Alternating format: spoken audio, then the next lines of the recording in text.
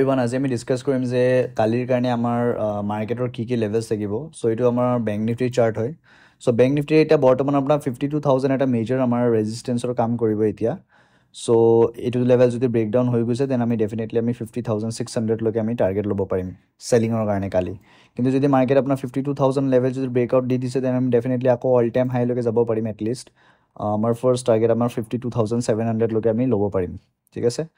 যদি মাৰ্কেট আপোনাৰ এটো হৈছে আমাৰ মেজৰ লেভেল 50600 যদি আপোনাৰ এটো লেভেলৰ ব্ৰেকডাউন হৈ গৈছে যোনটো এটা ষ্ট্ৰং সাপোৰ্ট লেভেল হয় প্লাস এটা ট্ৰেন্ড লাইনৰো সাপোৰ্ট আছে ইয়াতে এটো যদি ব্ৰেকডাউন হৈ গৈছে দেন মাৰ্কেট ডাইৰেক্টলি আপোনাৰ 49600 লৈকে আহাৰ চান্সেছ থাকিব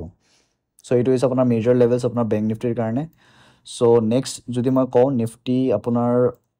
এটা অল টাইম হাইৰ পৰা এটা ষ্ট্ৰং ৰিজেকচন লৈ আছে এতিয়া আপোনাৰ ইয়াতে আমি এটা ওপৰত এটা ডাবল টপ প্যাটাৰ্ন আমি দেখিব পাই আছো এটা মেজৰ সাপোৰ্ট হৈছে আপোনাৰ নিফটিৰ কাৰণে হৈছে 24800 ৰ যদি মেজৰ লেভেলটো ব্ৰেকডাউন হৈ গৈছে তেতিয়া আমি ডাইৰেক্টলি আমি 24600 লৈকে আমি টাৰ্গেট ল'ব পাৰিম ওকে যদি আপোনাৰ এটো লেভেলৰ যদি ব্ৰেকডাউন হৈ গৈছে দেন মাৰ্কেট ডাইৰেক্টলি আপোনাৰ 24400 লৈকে আমি আহিব পাৰিম